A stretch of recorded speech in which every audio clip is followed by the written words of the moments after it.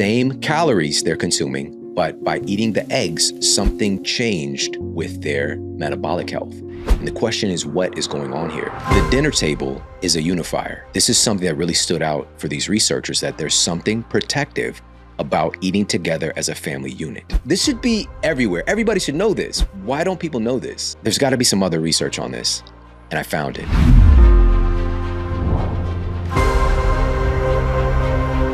Shawn, welcome back to the podcast. Pleasure to have you here. Let's jump right in. Happy anniversary, by the way. Thank you. How have you guys weaved this into your life, especially within the family? You already know this, man. You see the culture that we've built. My son, my oldest son, is working in fitness right now. I never told him to do it.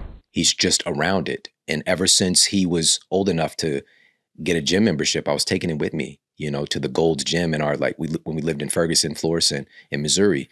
And, now he's teaching this to other people. And literally thousands of people are following him now. And he's extending this gift through his unique life experience.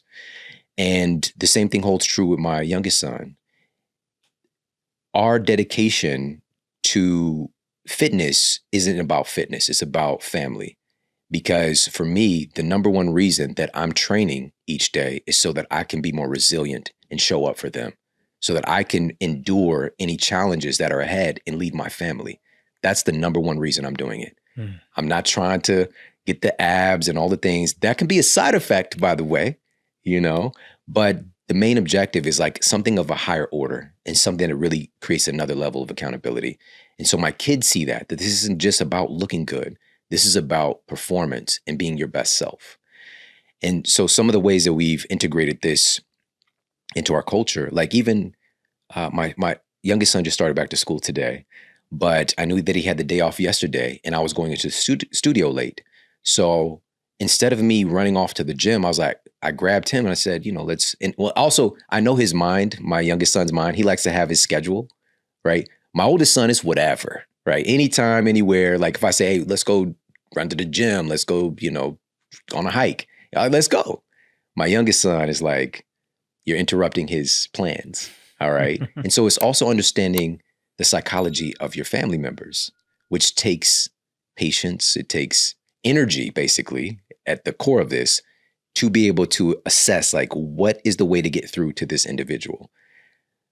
One of the big secrets that should not be a secret, when I was working as a clinician for many years, the number one thing that people would complain about as to why they couldn't achieve their goals, I'd give them these science-backed behavior changes to do to get what they wanted, whether it's getting off the metformin, their lisinopril, they had hypertension, whatever, lose weight, whatever.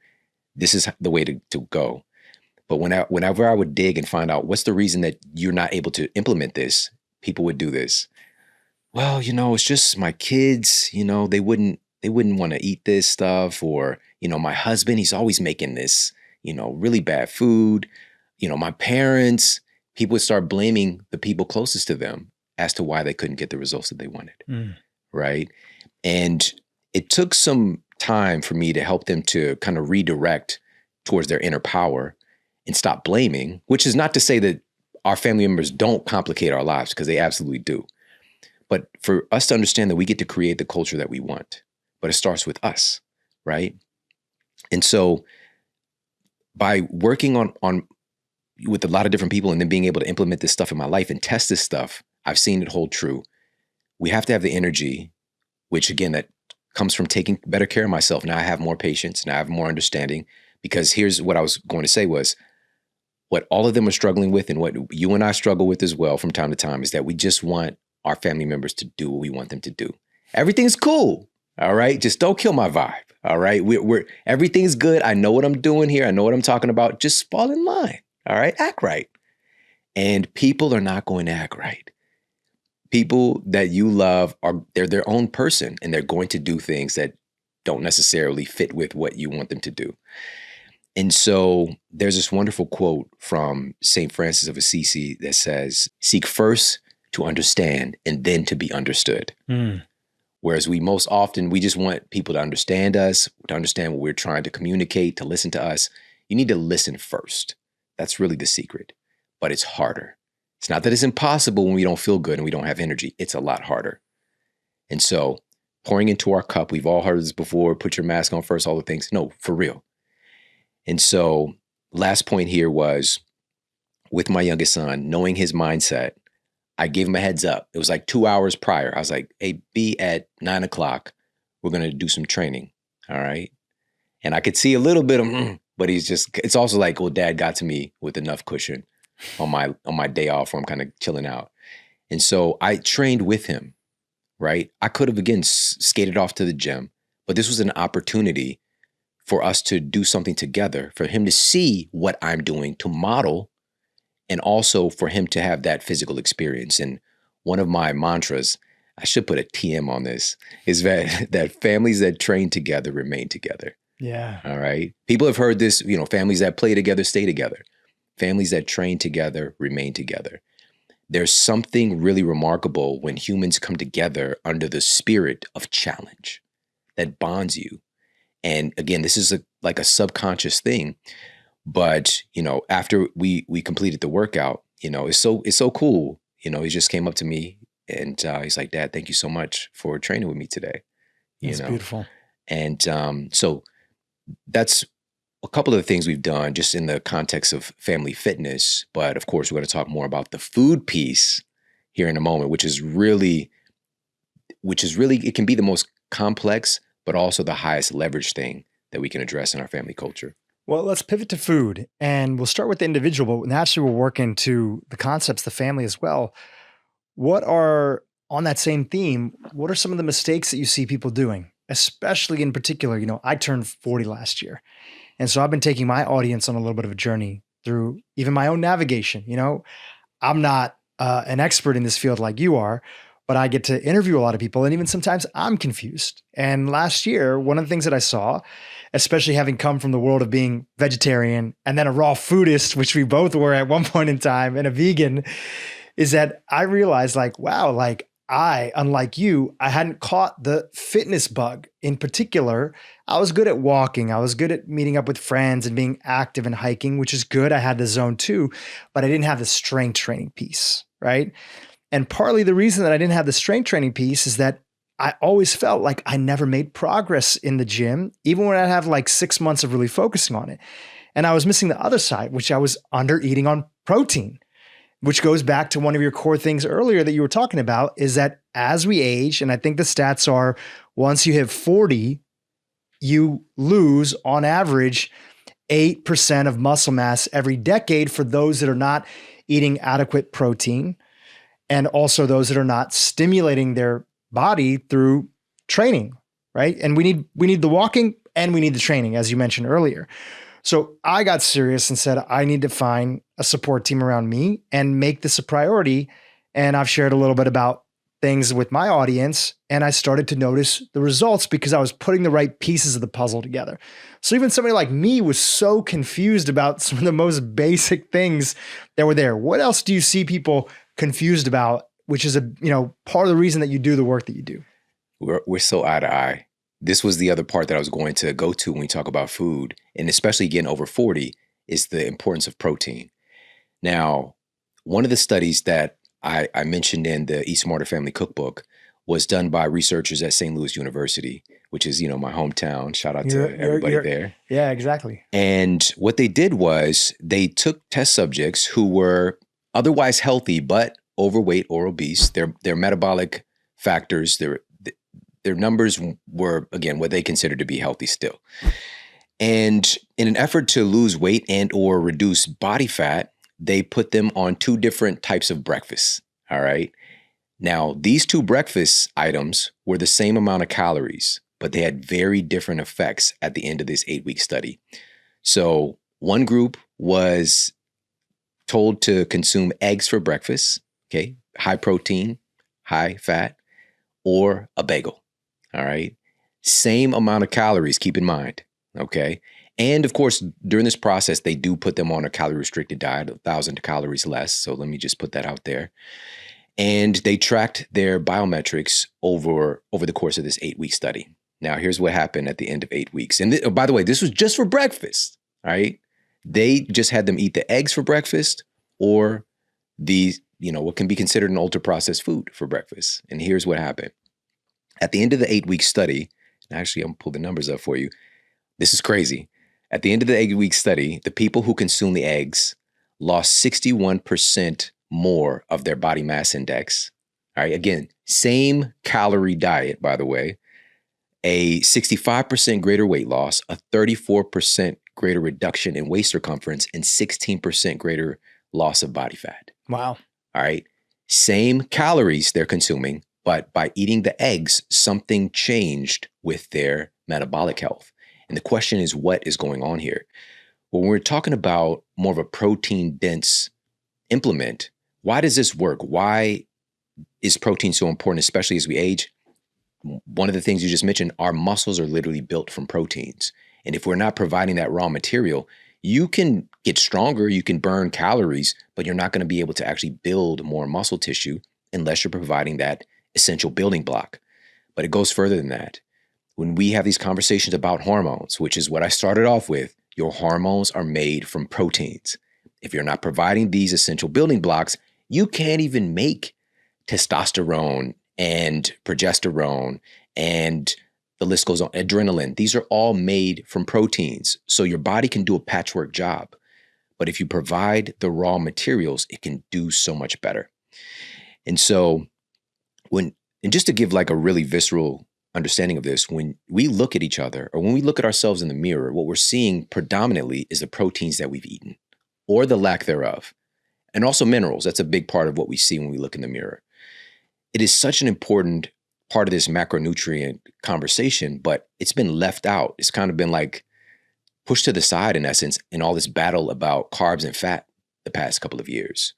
And it's so strange because protein is arguably the most important of these macronutrients because of it is literally the building blocks for so much.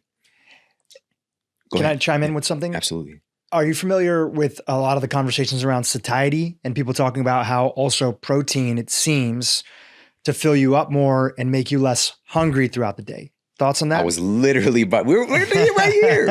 I feel bad because I feel like I'm stealing your punchline. No, that was exactly what I was about to mention next. So within that study and a couple other studies that I mentioned in the cookbook, look at the satiety implications because the really cool thing about protein-dense foods is that they do, in fact, trigger higher levels of satiety. And they also have this stronger thermic effect, right? So it takes more energy to digest proteins than it does fats or carbohydrates. And my belief is that it's because your body takes it very, very seriously when it gets its hands on some high-quality proteins because it can be used for so much. Whereas fats and carbohydrates tend to be used a lot as energy substrates, whereas protein is used to build things, all right? Not to say that fats aren't used to build things as well. One of those things is, building our brain, for example. There are certain fats that get shuttled across the blood-brain barrier to help to build our brain cells or regenerate them, to enable signal transduction, stability, those kind of things.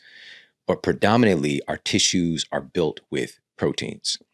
And so some of the studies indicate an increased production of versus a carbohydrate diet is I shared a couple of studies like this, a carbohydrate food versus a high protein food, higher production of GLP-1, which is getting a lot of news right now. Right. Higher production of peptide YY, leptin, the list goes on. There's many different satiety hormones, and we cover a lot of them in the book as well. Because for years, it was just like leptin and ghrelin. But we know that protein is going to kick on all of these satiety factors. And this is why what we see is it's very difficult in general for us to eat a lot of high protein food in a meal because of the satiety implications. Whereas if we have a lot of carbohydrates, we can tend to eat those a little bit easier. And let me lay all this out. So this is going to get wrapped in this bow. And this study is new. It's just done recently. This was conducted. It's a ward study that's done at the NIH, all right? So this is where people are locked in. You can't sneak out and go to Subway or to Whole Foods. It's a 28-day study. And ward meaning like a prison ward? It's not a prison per se, but if you're at the NIH, I get images of like the Hawkins lab in Stranger Things. Like these are all volunteers that are part of this ward study. Yeah. Okay, they're not just like snatching people in a van off the street. Okay, or like that they were, I think, which is unethical now, but like back in the day, they used to take prisoners and say, okay, you guys are all eating vegetable oil and you guys are going to have saturated fat and let's see what ends up happening. It's not even back in the day. It still happens. It still happens. Really? Yes. I thought those studies were like unethical now. I mean, there are unethical aspects to it. Okay, got it. But we could even circle back and talk about a recent study done on prisoners. With multivitamins? Is that the one? We talked about that before. We talked about that before. So that was pretty recent. Okay, got it. So ward study. Yes, so this is a ward study. Again, this was conducted at the NIH, and they took 20 healthy test subjects, 10 men, 10 women, and they also, as a crossover study, so they did both different quote treatment groups. One group is given, and this is a randomized trial, so you didn't know where he was going to go first. Ultra processed foods made up their diet. There's meals of ultra processed foods, but the same energy makeup as the people who are eating the minimally processed / whole food based diet. All right, same calories, same macronutrient ratios, also comparable sugar as well, but one is coming from ultra processed and the other is coming from whole foods or whole food based meals. All right. And so again, the test subjects, what's so cool is they experience both parts of the study, right? So after 2 weeks, they would switch to the other diet. Now, here's what's crazy. So after compiling the data, when people were eating the ultra processed meals, again, although that they had the same, and they got to eat as much as they wanted or as little as they wanted. But when eating the ultra processed food, test subjects ate about 500 more calories a day on average.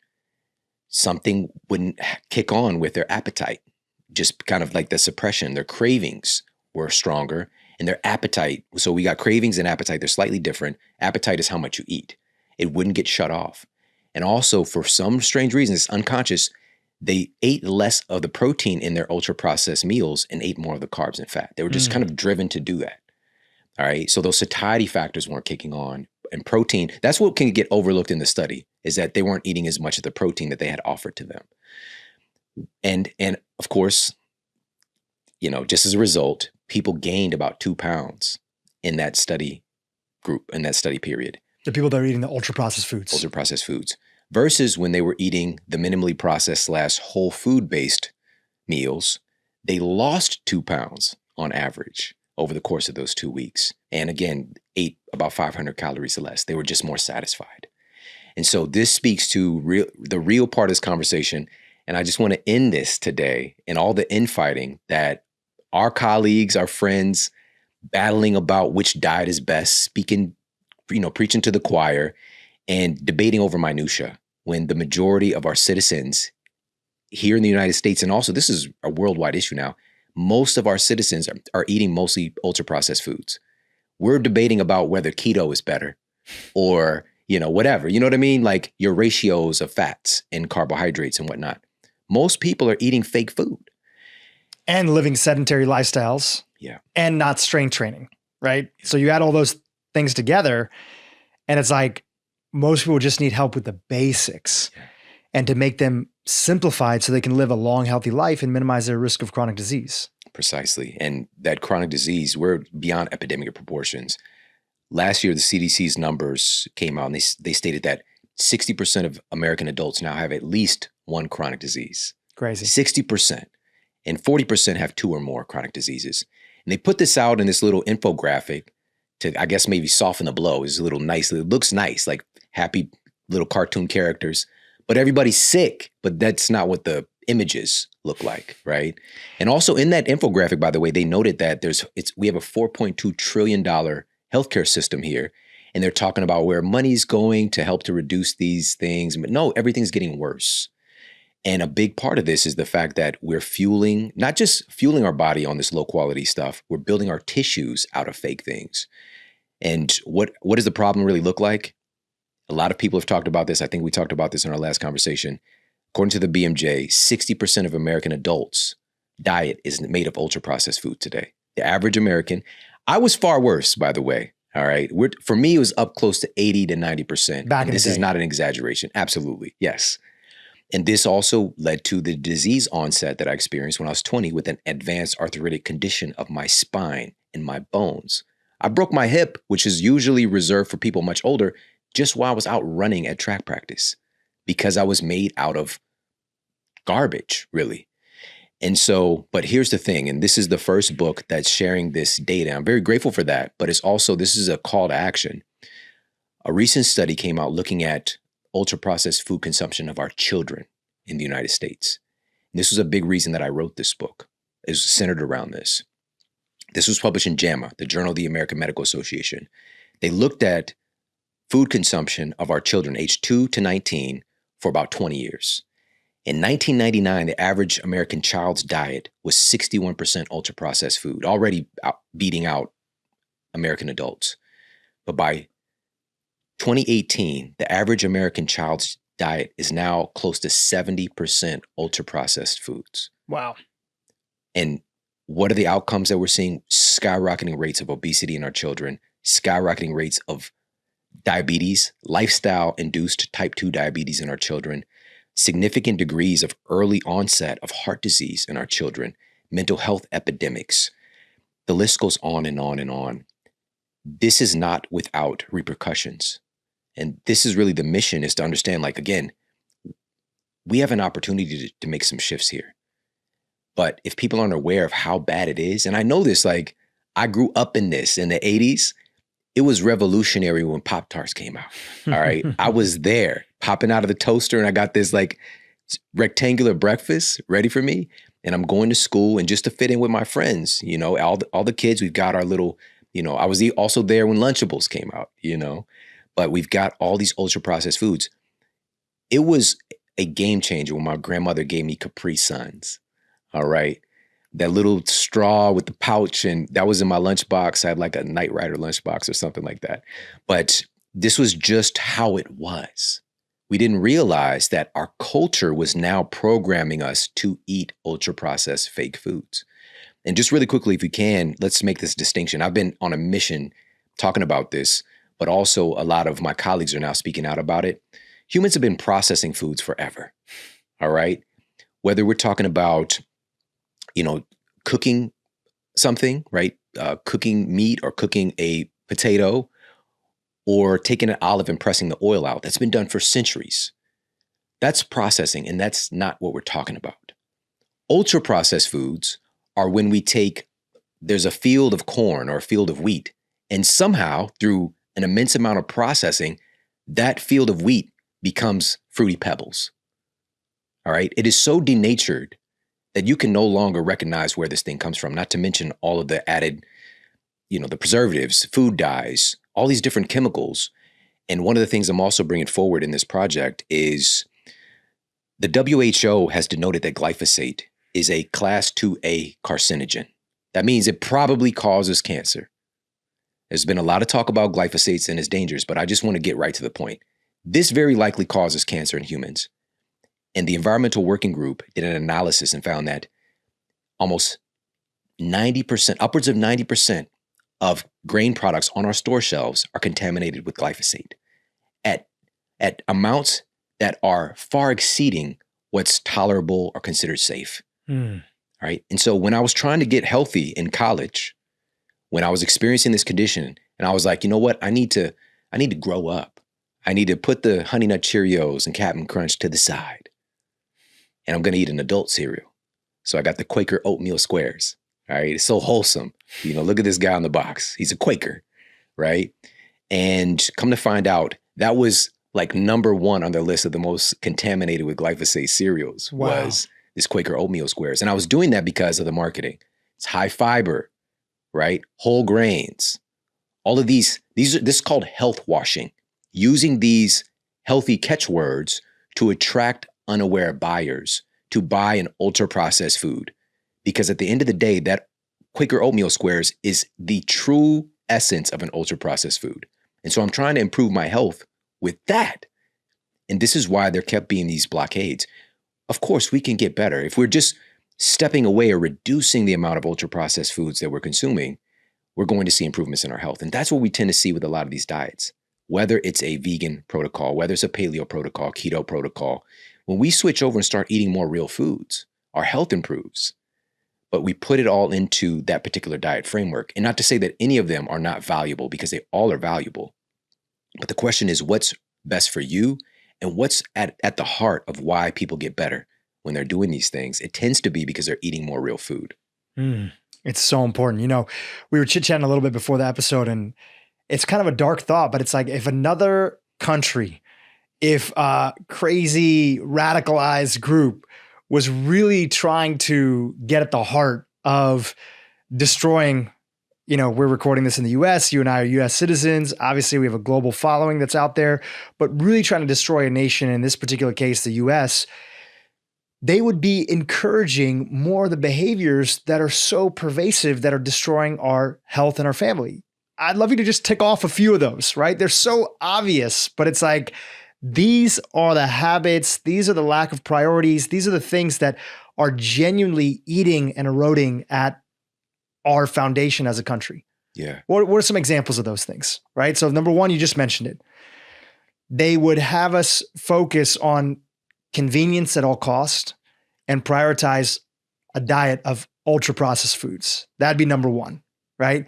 Number two, you mentioned earlier, they would have us live a more sedentary lifestyle, to the degree that most people, the most amount of walking that they get in their house, besides shuffling around a little bit between the kitchen and that sort of thing, would be to maybe walk out to their car and then walk back in, right? What are some of the few other habits that you think a nefarious group might implement to try to destroy the foundation of a country? Another thing would be to fracture the family unit. Because, the longest running human study, longitudinal study, looking at like what really is protective of our health long term, and this was Dr. Waldinger and his associates at Harvard, they found that the number one thing impacting our health long term is our relationships.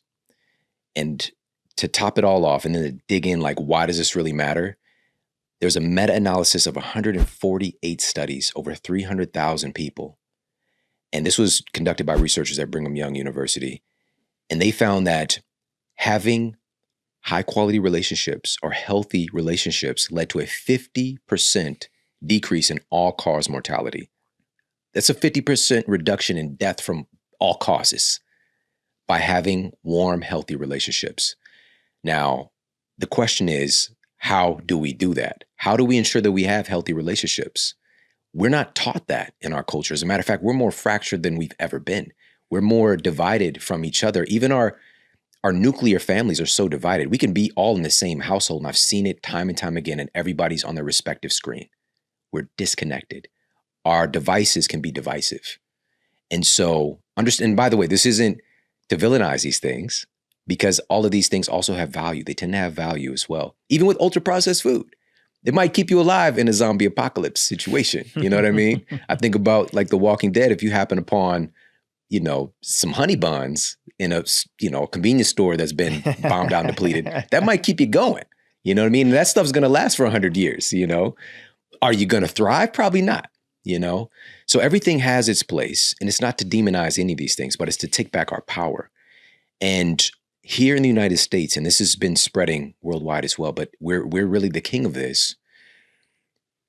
We don't understand the power of culture, because both you and I and many of our colleagues have been trying to get people to change behaviors, to not go to that ultra processed food establishment, or to go out and, get their exercise in that their body is starving for.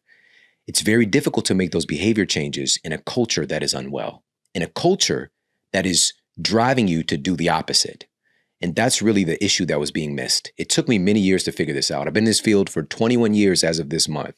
It took me years to figure this out. We have to address the culture. We talked a little bit earlier, their culture is still in existence on planet Earth, that their cultural belief is, if I don't move, I die. In order for me to eat, I am required to move, to gather, to hunt, to prepare food. And also, historically, we ate together as a species. This was all a tribal construct. Everybody was involved in the process of food, in the process of eating.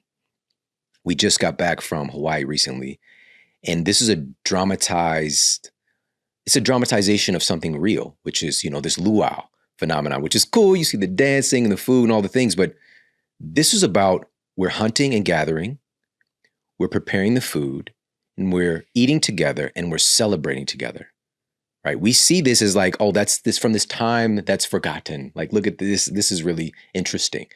This is how we evolved.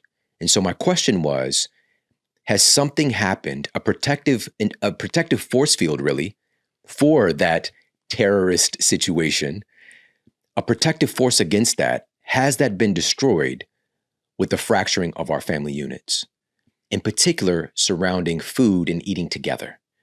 And that question sparked this journey, which led me the first domino was this vast database that some researchers at Harvard were compiling, looking at family eating behaviors and their food intake. Like, what were they eating when they were eating together versus when they were eating separately in isolation? And what they found was that, in particular, when children were eating along with their parents on a consistent basis, they had a significant increased intake of vital nutrients that help to prevent chronic diseases, that lower our resilience, that make us more susceptible to disease and dysfunction, and also make us easier to manipulate if, again, we don't have that energy to stand up against whatever the force may be, right? And also, they had a significant reduction in intake of ultra processed foods, chips and soda, namely in the study. And I was just like, this is crazy. This should be everywhere. Everybody should know this. Why don't people know this? And so, but I was just like, okay, this is an isolated data set. Although these are people at Harvard, they're pretty smart. But I was like, there's got to be some other research on this. And I found it. 2 studies. One was published in the Journal of Pediatrics. Another one was published in JAMA, Journal of the American Medical Association. The researchers found that when families ate together with their children, just 3 times a week was that kind of minimum effective dose, 3 meals a week with their children. These children who ate consistently with their family, again, just 3 times a week, had a significantly decreased incidence of developing obesity and a significant decreased incidence of developing eating disorders by eating with their family more often. Now, is this going to be perfect across the board? No. But this is something that really stood out for these researchers, that there's something protective about eating together as a family unit. Last study, I'll share this one. This one hit me the hardest because a lot of people theorize about access and people not having an opportunity to be well, to eat healthy, to exercise and things like that, but they don't come from where I come from. I come from that environment where my family's on food stamps, where we're getting food from charities. Literally, there's this place called the Hosea House that we would get food from charities. Even my Christmas gifts for several years came from charities. And one time we actually went on this, basically a poor kid's trip. We didn't know what it was, and we got to ride in the Wienermobile, the Oscar Mayer Wiener. Yeah. It's out here rolling around on the streets. And we went to this, this place that they took us to, and we got these Christmas gifts. And, but the thing was, I got the same Christmas gifts every year, which sucked. Like, I kept getting Yahtzee, which I still to this day, I don't know how to play Yahtzee. But those were the conditions that we were in. And I can tell you, and I'm being 1000% with you here, I can count on my 2 hands how often I ate together with my family. Wow. All right. And usually most of these times was a holiday of some sort. And a lot of times in low income environments, one of the parents are gone and or we only have one parent. And so this was the situation I was growing up in. My mother worked overnight at a convenience store, and she's, again, trying to put food on the table. She sold her blood many times to get money for us to get food. Wow. But working at the convenience store, one of these evenings, somebody tried to rob the store, do something to her, and she was stabbed 8 times. And she ended up, my mom's different though. I mean, just from where we're from, she ended up subduing the guy, and the police came, all the things. But when she went to the hospital, got stitches, and, her physician told her that if you weren't overweight, you would have died. Wow. This body fat that you're carrying, you being a, quote, heavy set woman, saved your life. What's it going to do to her psychologically? Wow. That's her protection, right? And so again, this isn't, because sometimes it would be like, well, why don't you guys just work harder? Pull yourself up by your bootstraps. Like I'm sharing what my mom was doing to try to make it. Of course. There's a reason why she's not able to have dinner with you. She's working. Yeah, that part. And my stepfather was involved as well. He worked that late shift, 3 to 11 shift as a cook. But also we're growing up in an environment during the crack epidemic where, many of my family members are getting addicted to drugs and alcohol. And so that's happening in my household as well, right? It's the culture. It's just like you're inundated with this stuff. And so with this being the case, regardless of the quality of food that we're able to purchase, this particular study, and I shared this, all the studies that we're covering, by the way, most of them are in the Eat Smarter Family Cookbook. But researchers looked at low-income households of minority children. And it was so incredible because what they found was that families that ate with their children just 4 times a week, whatever meal it was, the kids ended up eating 5 servings of fruits and vegetables 5 days a week, at least. And significantly less processed food, chips and soda. And the researchers noted in particular when the TV was never or rarely on during family meals. Now, regardless of our circumstances, had my family known that we can have better health outcomes and protect our children just by eating together. Even if it's fast food, that's all you're getting at that time. That's all you can afford. There's still a difference with eating together. There's something that's unlocked. There's some shifts. We're talking about epigenetic influences. We could talk about why this is, by the way. Part of that is if we know, for example, we're having family dinner on Wednesdays, for example, there's going to be a subconscious, like, okay, the planning of it, like, okay, we're going to eat this, what we deem to be like a square meal, right? So that's going to be there. But sometimes life's going to happen. You're going to end up maybe ordering something, and that's okay. But still, there's something protective about eating together. One of those things is we see a significant reduction in that kind of sympathetic fight or flight nervous system activity, and that switching over to the parasympathetic, quote, rest and digest nervous system, significantly less stress when people are able to make it home. And we'll just talk about the adult side, which is another study that I cited as well. This was done on workers at IBM. If they were able to make it home for family dinners at a reasonable time and to have time with their family to eat together, their work morale stayed high, their stress levels stayed low. And stress is a huge killer. JAMA published this data years ago. Upwards of 80% of all physician visits are for stress-related diseases. Stress is a huge component of this. We can think ourselves into disease because our thoughts create chemistry in our bodies instantaneously. And so if we're having habitual thoughts of worry, of fear, of anger, we're just altering our chemistry. And this isn't bioidentical. This is made for us, in us, by us. FUBU, for us, by us. All right? And so we have to understand the power of our minds, and also the fact that being around people that we love, that we care for, there is this really innate activation of more health-affirming hormones and neurotransmitters like oxytocin. Just being with our family, with people that we love and care about, we're very good. Humans start producing more oxytocin, which oxytocin, this hormone, has this counter effect to cortisol. And we know this very clearly now. The question is, are we getting a healthy dose of it on a daily basis like we evolved doing? Because there's also a difference between being with your family and on a device than being with your family, right? So that's another reason why there's these better health outcomes. And one other thing, there's several other ones as well, but another part of this is the innate connection that happens and the health outcomes for the children, because now we can actually see them and we could allow them to feel seen. And so this is so important. We have a deep need to feel significant and to feel like we matter. And so for our children to get that, but also we could see their speech pattern, what excites them, what makes them kind of closed off, right? What conversation pieces. We get to really, the dinner table is a unifier.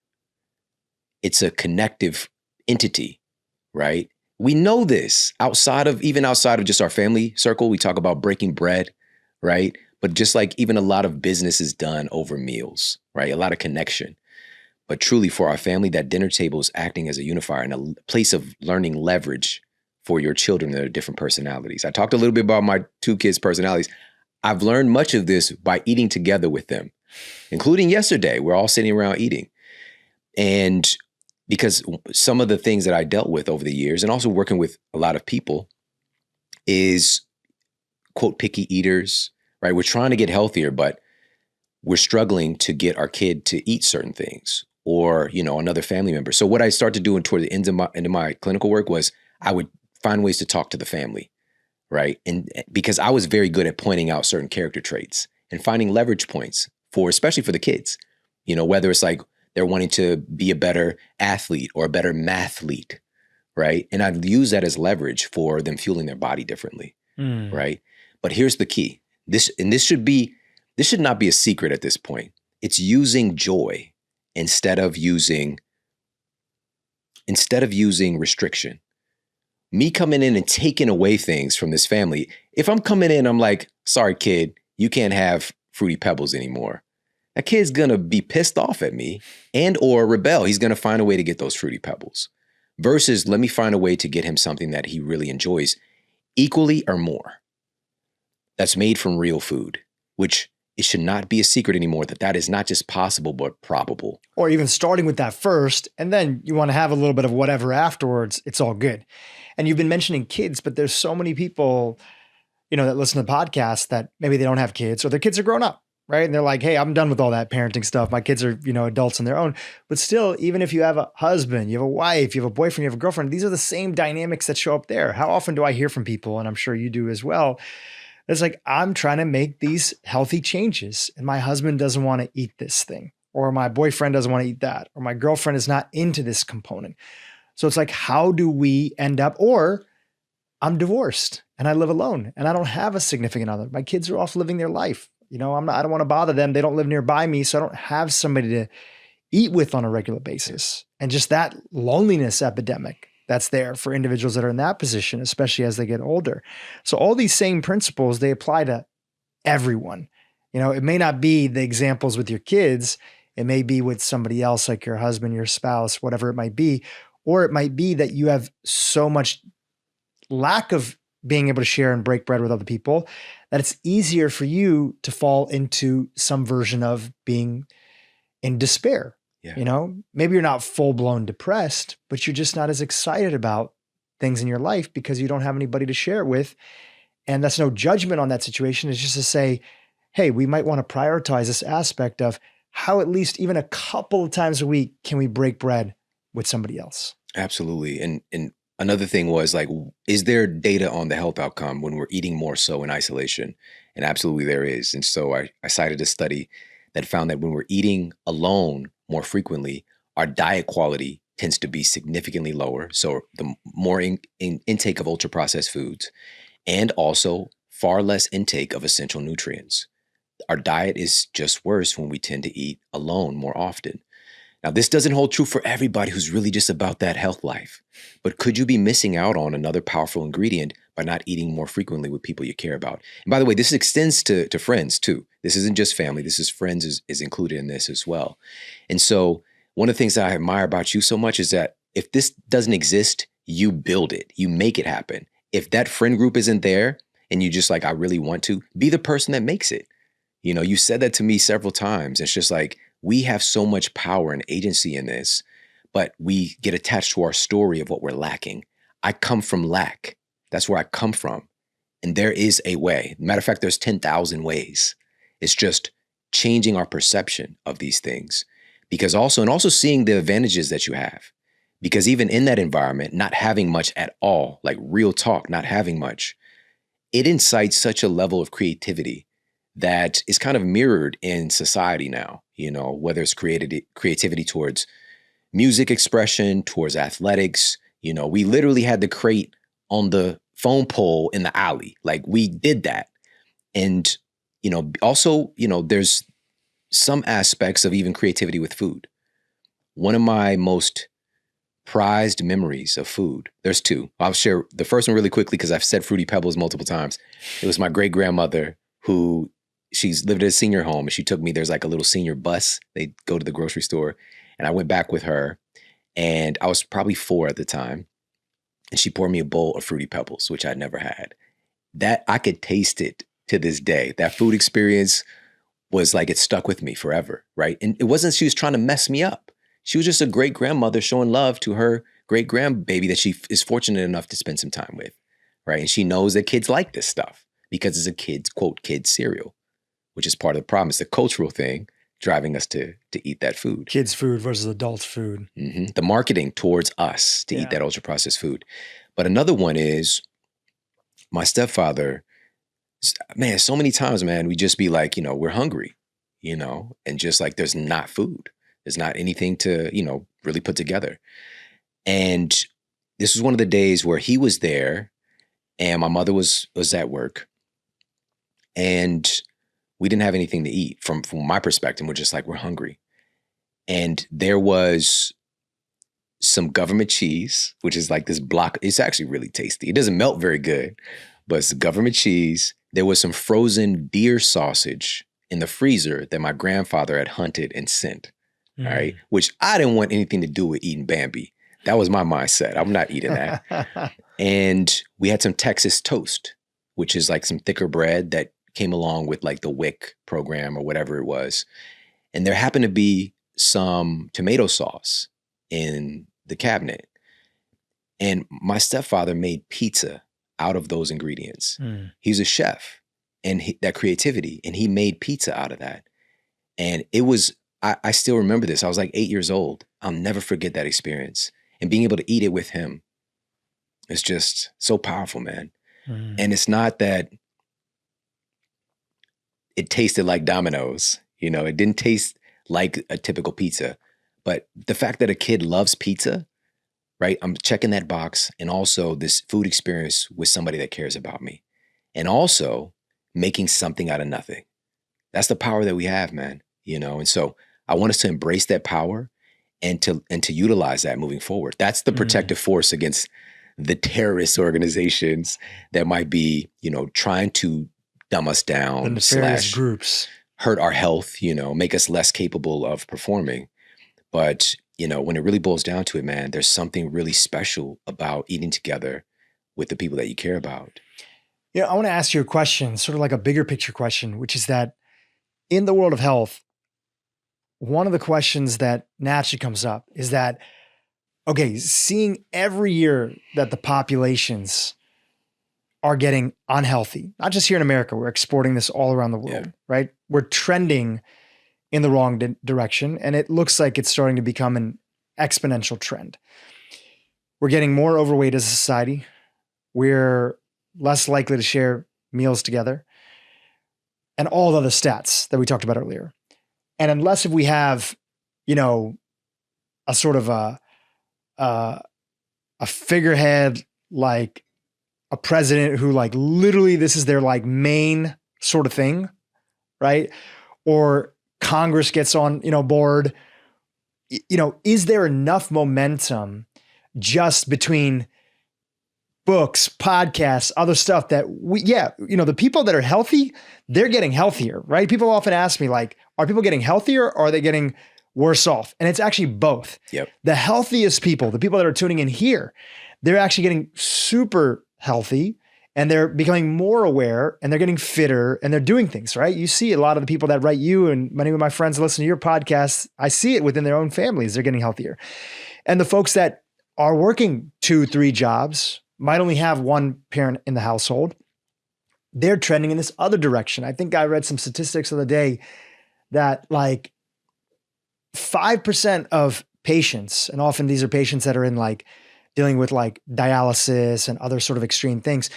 In many health systems, they can amount to almost 70, 80% of the total cost of healthcare is taking care of 5% of patients that are there, right? These are the people that are just very sick and very unhealthy, often from chronic disease.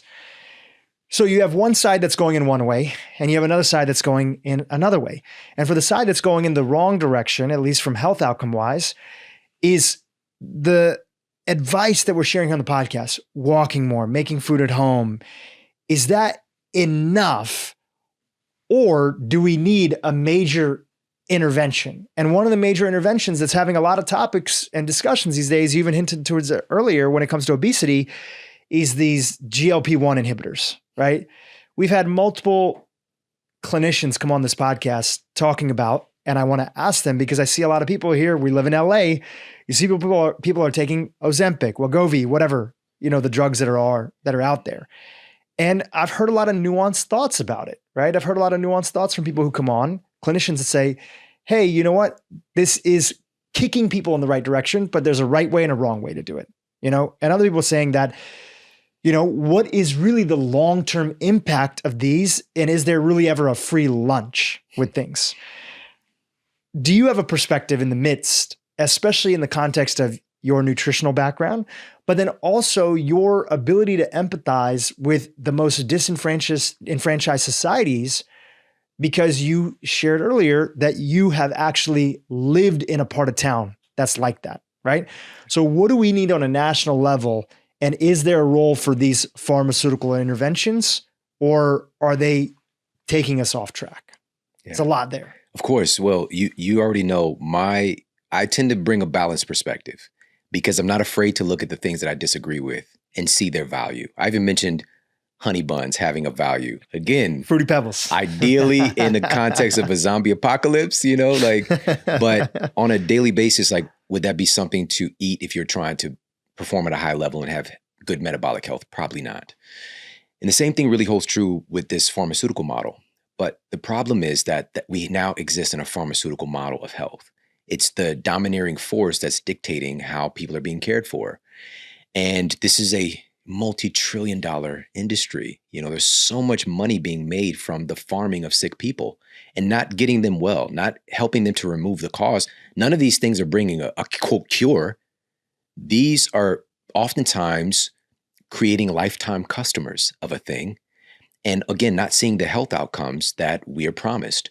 There was a recent analysis that was done, huge meta-analysis, looking at the health outcomes from statins. All right. And statins, there was a time when this was near number one as far as drug classes that were getting prescribed. Multi-billion-dollar drug class. It still is.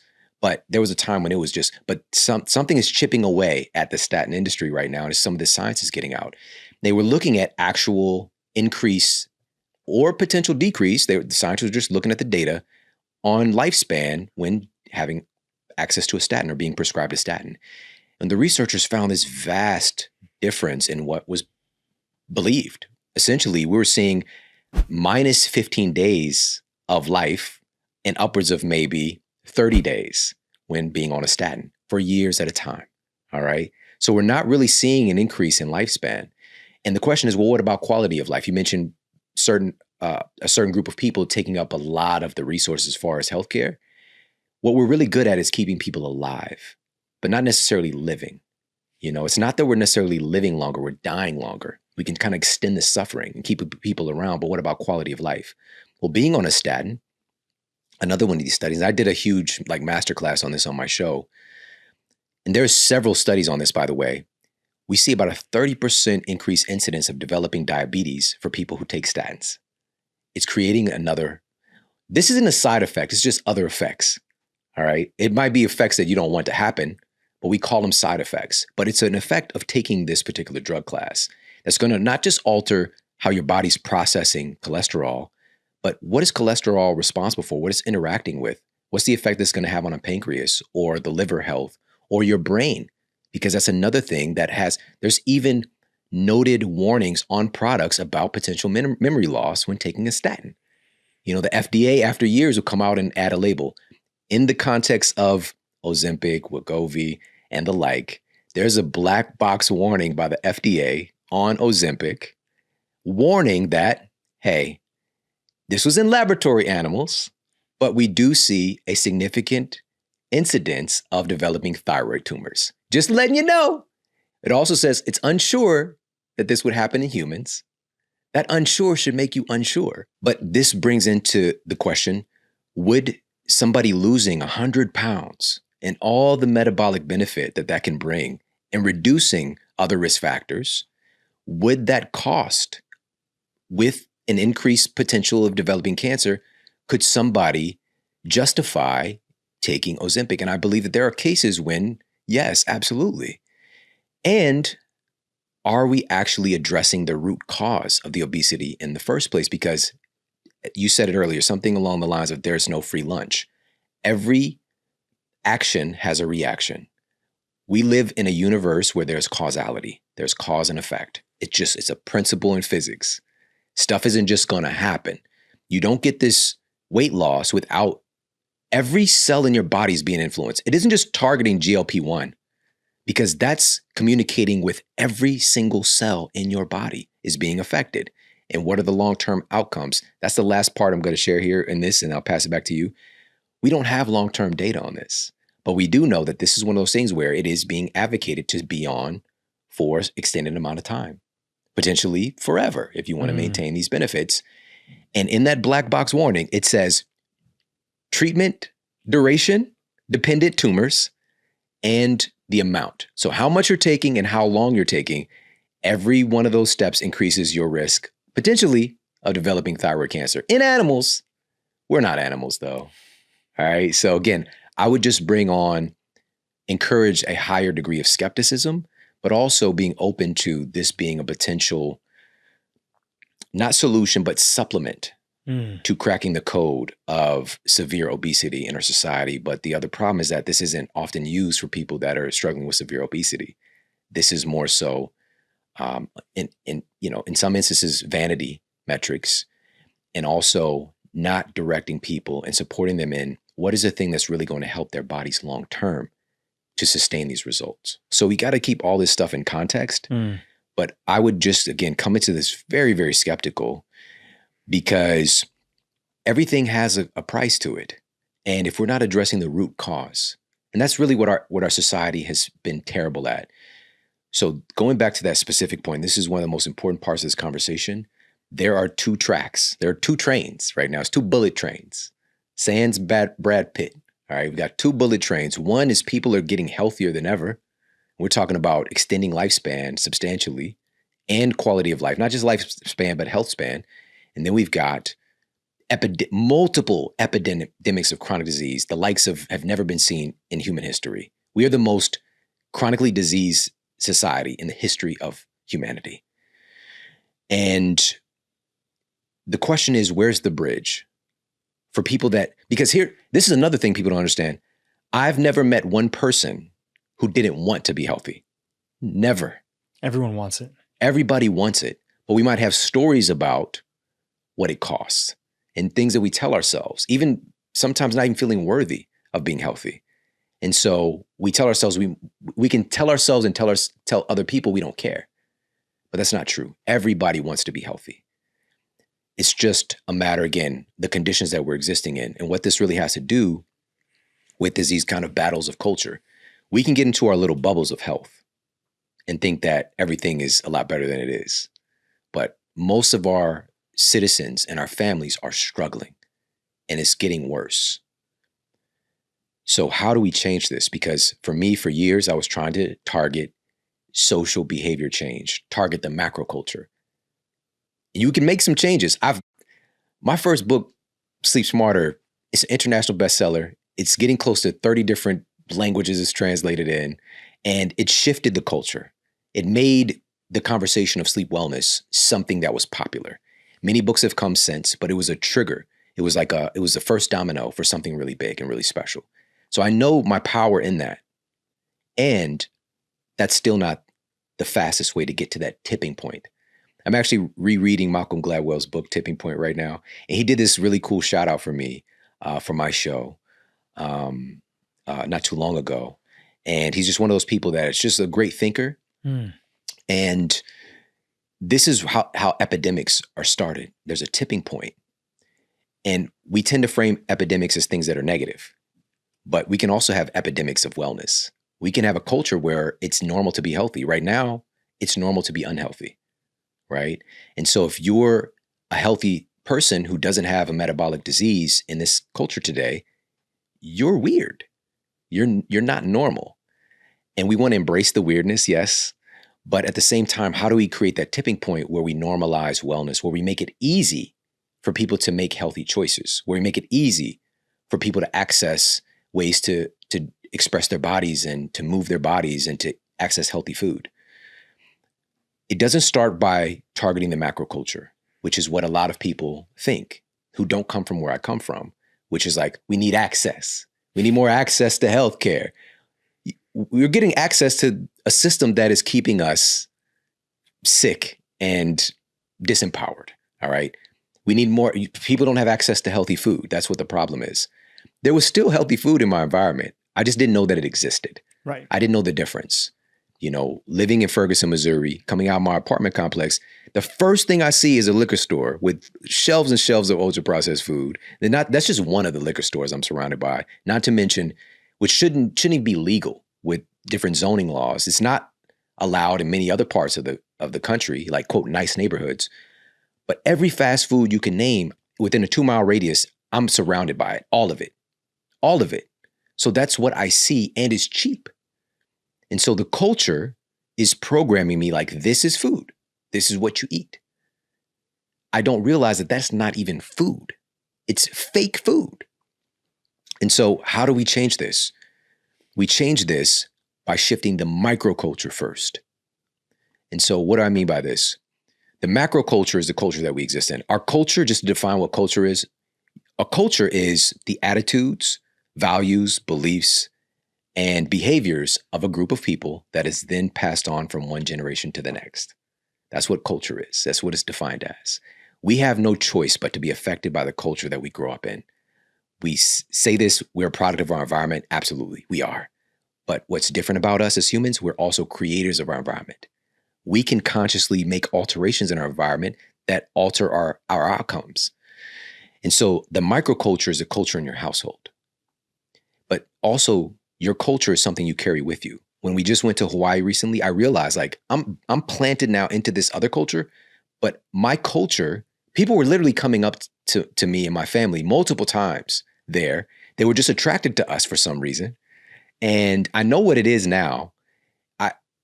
I thought on the surface, like, okay, maybe it's like the kind of healthy exuberance, maybe, right? My son's out here with all these muscles, you know, whatever. Like, what do you do? What do you guys do? How do you, what is your workout? That kind of stuff. But it's because of our connection.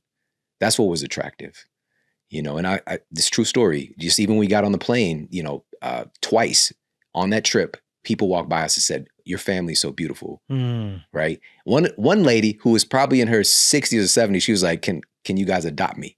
All right. These are true. This has really happened. And in the moment, I don't think about it. I'm like, oh, that's so sweet. But then I'm just like, after, having these conversations, I'm just like, why? What would trigger somebody to acknowledge us like that? And so I realized that you take your culture with you wherever you go. You influence the world around you. And we don't really get it. All right. So, for example, I can now, because of the culture that is built within me, I can go into what you would deem to be the most unhealthy circumstances and still make choices that are advantageous to me and what I'm about and what I believe in. Many people, myself included, there was a time when we go into a certain environment and we might tell ourselves, I'm not eating that shit, or I'm not drinking with these people. But you get into the environment and other things happen. The environment dictates. And so it's creating the culture within yourself and your family. And so that microculture is the most powerful, effective force, because my family, not just me, there's an energy that gets created when there's more people involved, is such a powerful model or influence to other families, right? And so when they see us, they see what's possible. But I had to consciously create that culture in my household. A lot of things were unconscious, though, let me be clear. But eventually got to a place where I'm making choices, and here's the rub. No one said this was going to be easy. No one said this was going to be easy. But you got to choose your hard. You've got to choose. It's hard having your children have chronic diseases.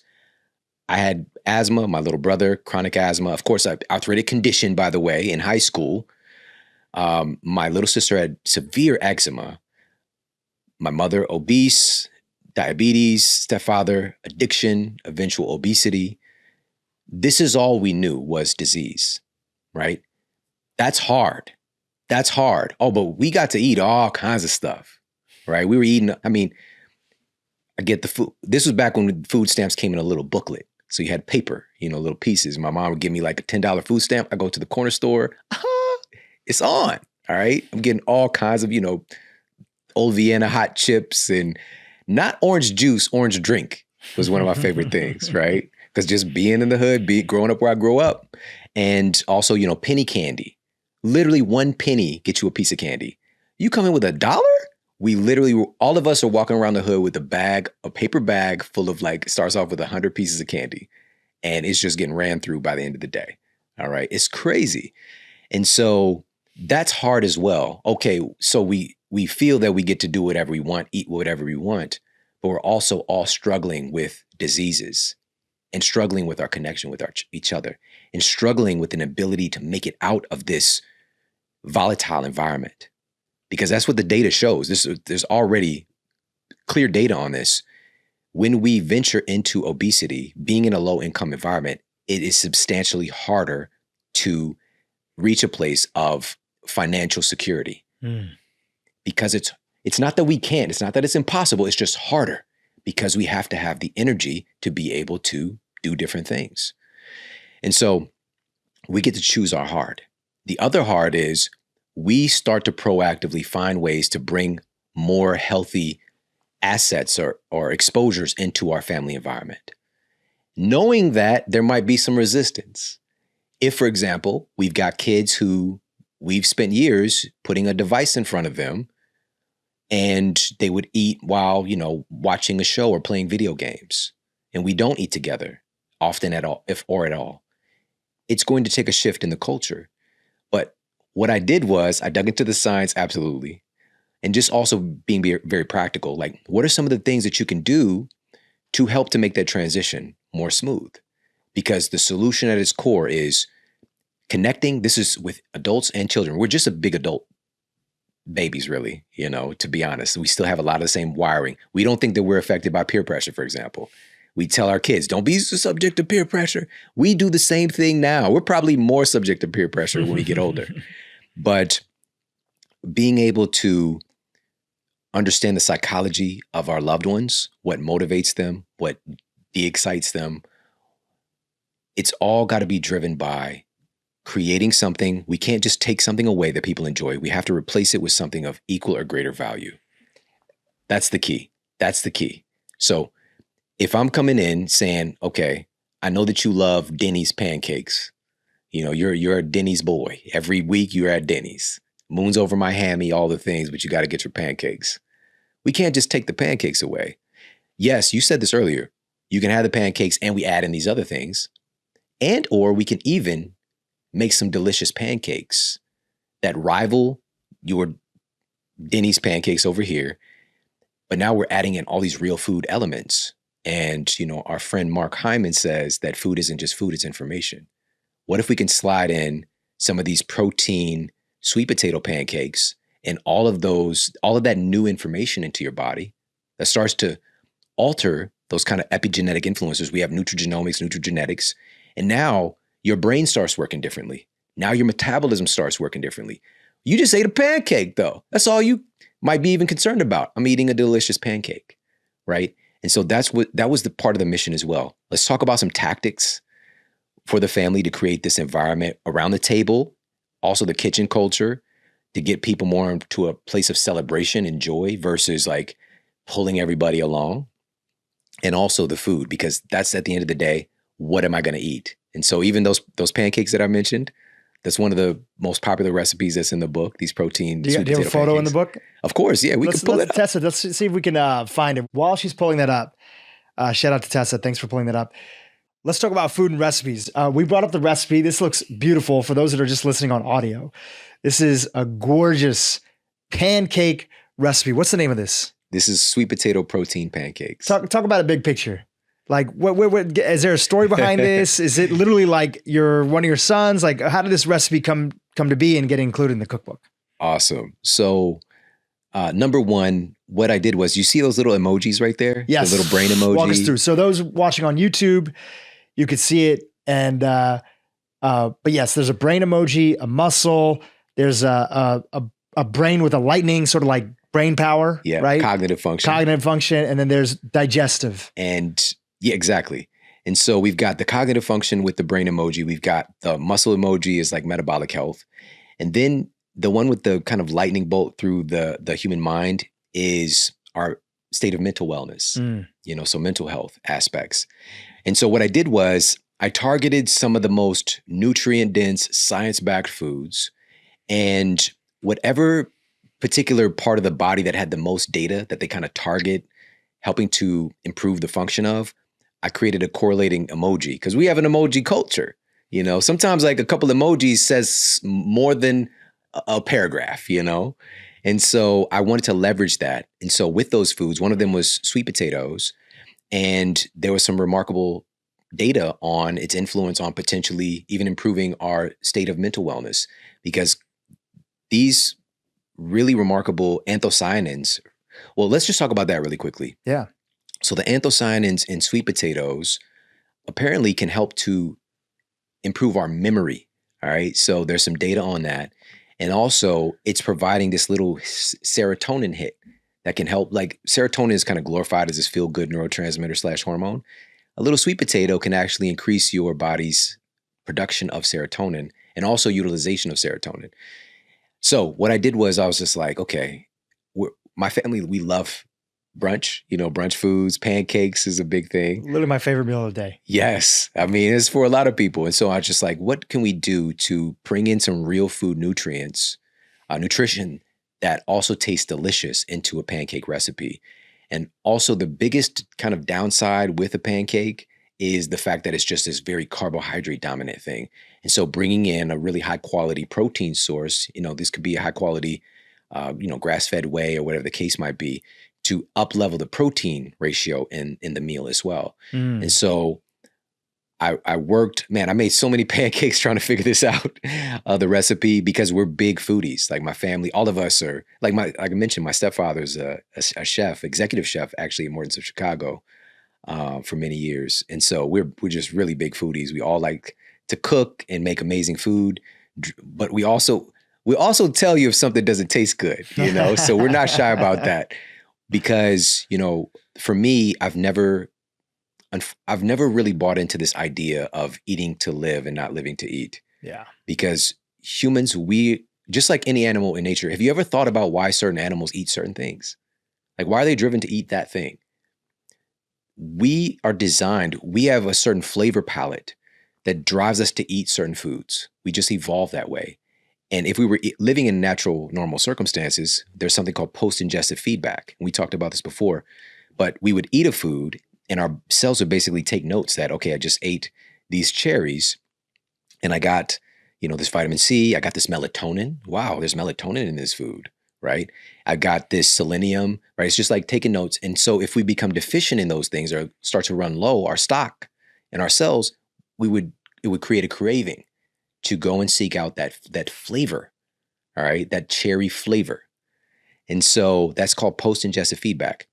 The problem is today, food scientists have really manipulated those pathways. And now it's like the waters are so muddied because we could take that cherry flavor and isolate it using a gas chromatograph and be able to identify the chemistry that makes that cherry flavor. And now we can add that flavor to candy. We can add that flavor to popsicles, and the list goes on and on. No cherries required. Right. And so what we're doing with this is taking back control of our palate, of our biology, and starting to retrain our palate with real food. And so that flavor intelligence starts to come back online, and we start to ironically crave healthy things. That's the crazy thing that is possible because we know it. And some people have experienced this with exercise. Like they don't feel right if they don't exercise. Like they crave it. Something hard. What? This is what's possible. And you get to choose your hard, but we can create basically a positive addiction, essentially. But also an addiction where you don't overdo it because that appetite regulating network gets proper inputs. You feel fulfilled and complete, but you're still drawn to these things. Yeah. And literally like the cells in your body are changing. Yeah. And they start to be attracted to more of those healthier components. I've felt this for so much of my life where once I started shifting how I ate, you literally crave healthy food. And again, a big part of that is that people don't know always what to make. Like, what do we eat? What do we make? When you learn a few things, when you have some guidance from a cookbook like yours that's out now, it shows you that really you only need to make like 4 to 6 meals. And then you have your variations of them, right? Most of us are not making something new every single night. And definitely not moms who are often leading a lot of the cooking inside of the household, right? You have your family staples, the recipes that you enjoy, that everybody loves, some things that you might make on a special occasion, and the variation that happens inside of it. I've found that just learning, 3 to 4 to 5 recipes for somebody and picking your favorites from a book like this is enough for people to completely shift how they eat. Yeah. And it goes back also to simplicity with that too, because a lot of my friends and colleagues have put out recipe books before, and I'm definitely a red flag goes up if there's too many ingredients. Yeah. And so really making this very simple, where most of the recipes have 10 ingredients or less, somewhere around that. And also getting those flavor sensations and food experiences that we love so much. One of my favorite food experiences as a kid was when the Bomb Pop man would drive down the street.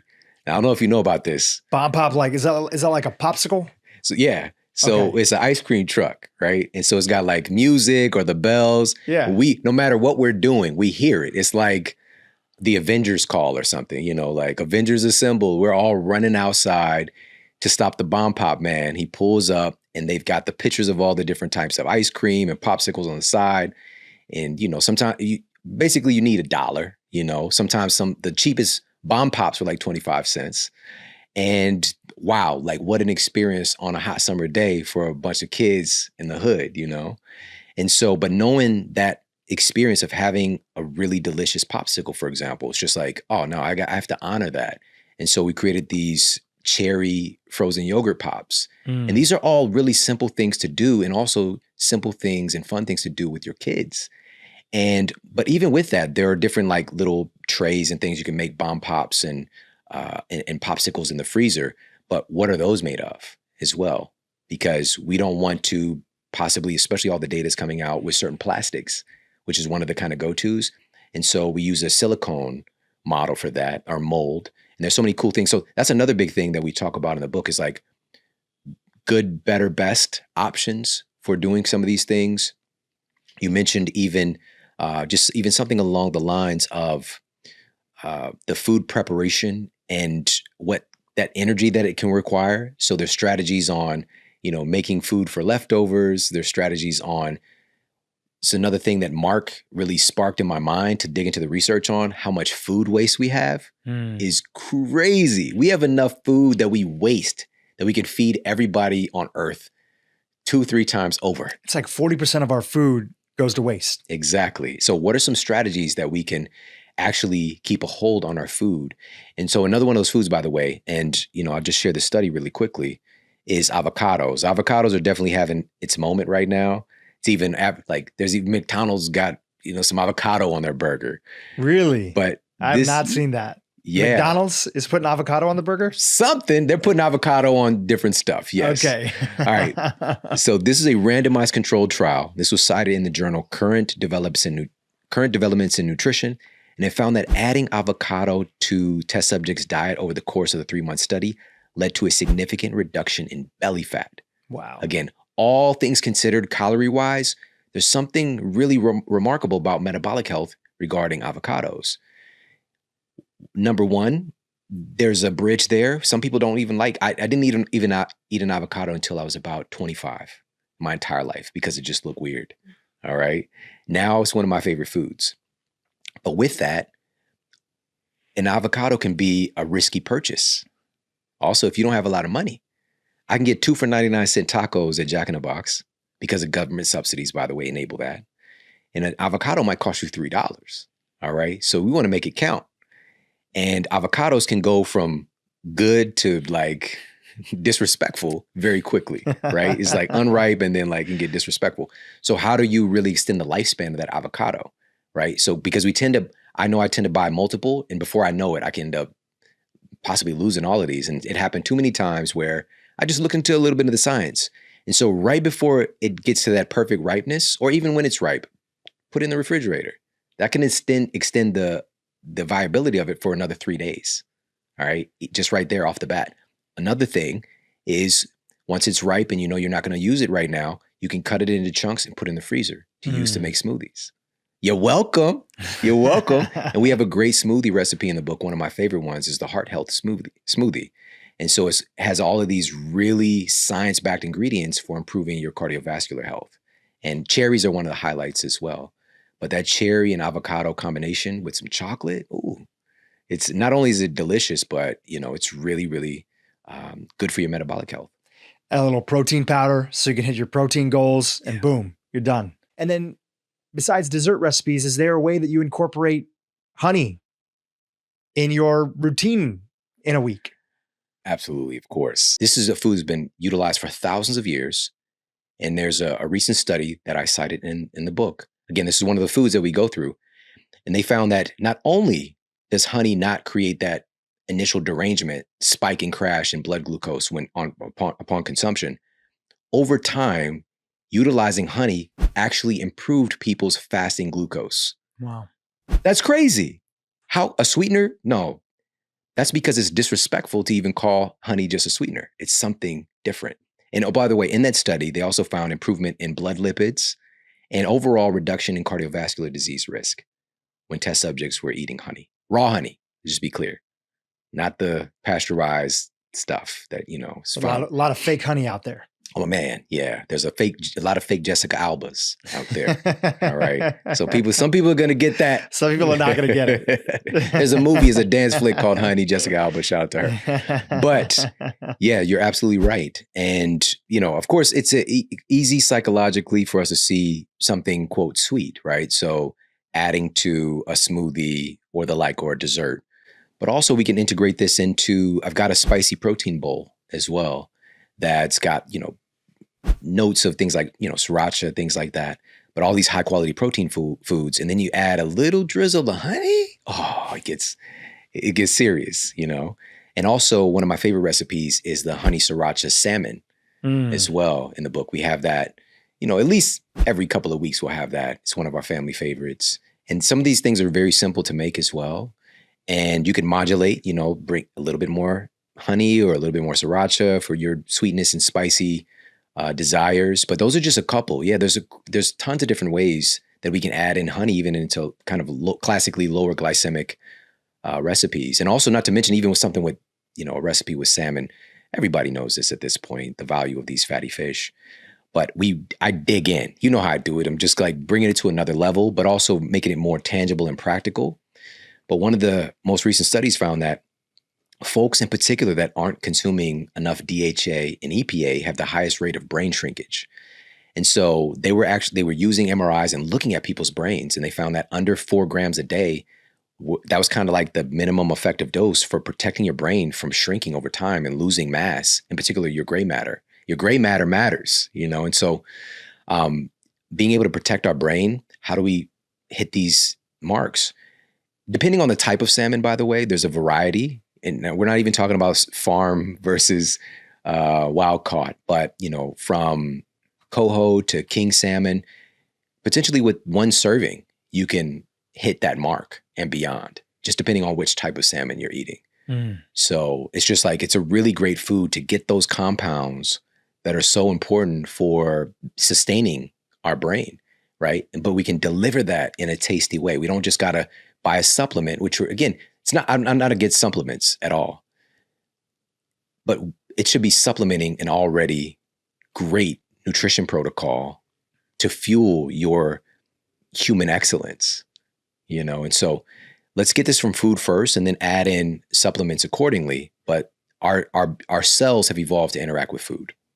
I love it. Shawn, it's always such a pleasure to have you on the show. Eat Smarter, Family Cookbook. Any mentions or the URL of where people can get it from? Go to Amazon, Barnes & Noble, your favorite local bookstore, and then go to eatsmartercookbook.com, eatsmartercookbook.com to get access to all those bonuses that you are going to love and you deserve. Hey, if you like this video, make sure to check out this video right here. Damaging these sensitive oils automatically increases their oxidative and inflammatory potentials in our bodies. So even they have to admit that vegetable oil, in the truest sense of the word, is an ultra processed food.